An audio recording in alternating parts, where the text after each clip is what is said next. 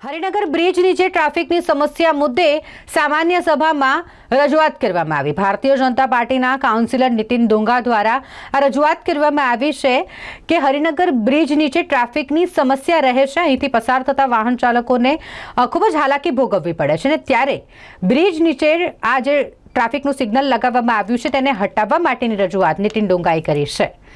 જ્યારે બ્રિજ બનાવવામાં આવે છે, આ બ્રિજ એટલા માટે બનાવવામાં આવે છે કારણ કે ટ્રાફિકની સમસ્યાથી રાહત મળી રહે અને તેવામાં બ્રિજની નીચે ટ્રાફિકનું સિગ્નલ લગાવવાની જરૂરિયાત નથી હોતી। આ કહેવું છે નીતિન ડોંગાનું। તેમના દ્વારા એક ઉદાહરણ પણ આપવામાં આવ્યું। તેમણે જણાવ્યું કે અમિતનગર બ્રિજ નીચે જ્યાં રસ્તાઓ મોટા છે અને ત્યાં ટ્રાફિક સિગ્નલની જરૂરિયાત છે, પરંતુ હરિનગર બ્રિજ નીચે જ્યાં ટ્રાફિક સિગ્નલની જરૂરિયાત નથી, રસ્તાઓ પણ નાના છે અને અહીંથી પસાર થતા વાહન ચાલકોને ટ્રાફિકનો ખૂબ જ સામનો કરવો પડતો હોય, આવા જગ્યાઓ પર અભ્યાસ કરીને ટ્રાફિક સિગ્નલ હટાવી દેવાની જરૂરિયાત છે ને આ માટેની રજૂઆત તેમણે સામાન્ય સભામાં કરી।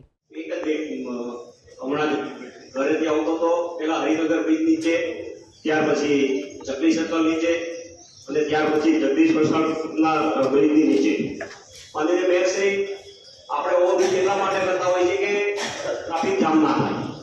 હવે બ્રિજની નીચે જો તમારે સિગ્નલથી ટ્રાફિક મેન્ટેનન્સ કરવો હોય તો પછી કરોડો રૂપિયાના ખર્ચે આ બ્રિજ બનાવવાની જરૂર શું છે? એટલે મારી માનનીય મેયરશ્રી આપને નમ્ર વિનંતી છે કે આ પોલીસ કમિશનર સાહેબ સાથે વાત કરો, કારણ કે સિગ્નલનું હેન્ડલિંગ એ લોકો કરે છે, લગાવી આપણે છીએ પણ ક્યાં ચાલુ રાખવા ક્યાં બંધ કરવા એ તમામ પાવર છે કે પોલીસ ડિપાર્ટમેન્ટના। એટલે બ્રિજની નીચે કોઈ લોજિક નથી બનતું કે તમે શેના માટે સિગ્નલ મૂકો છો। અત્યારે તમે જોશો તો દરેક બ્રિજની નીચે આ હરિનગર અત્યારે હું આવ્યો તો ઇસ્કોન મંદિર સુધીનો ટ્રાફિક જામ, જેને કોઈ લાગતું હોતું નથી। આજે સિગ્નલ નહોતા ત્યારે આજ દિવસ સુધી હું ત્યાં લગભગ છેલ્લા 25 વર્ષથી આવું છું, ત્યારે હરિનગર બ્રિજ બન્યો એને બી લગભગ 15 વર્ષ કરતા વધુ સમય થયો છે।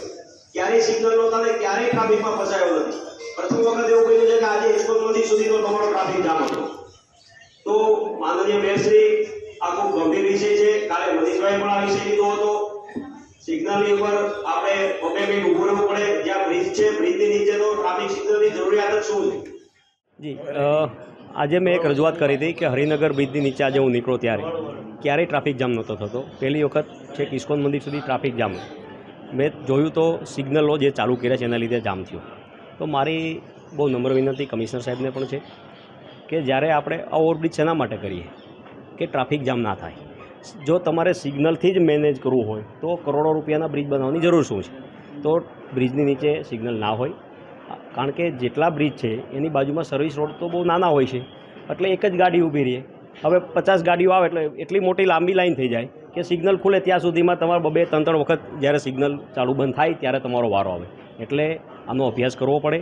જ્યાં પણ જગ્યાએ માનો કે અમિતનગર સર્કલ જેવી જગ્યા પર ટ્રાફિક થતો હોય તો ત્યાં સિગ્નલ રાખો, પરંતુ જ્યાં જરૂર જ નથી, જગદીશ પરસાણ પાસે બિલકુલ જરૂર નથી, એ જ રીતે તમારું હેવમોર સર્કલ પાસે જરૂર નથી, હરિનગર બ્રિજની નીચે જરૂર નથી, તો આનો અભ્યાસ કરી અને આ જે કાંઈ સિગ્નલો મૂક્યા છે એને તાત્કાલિક રિમૂવ કરવા જોઈએ।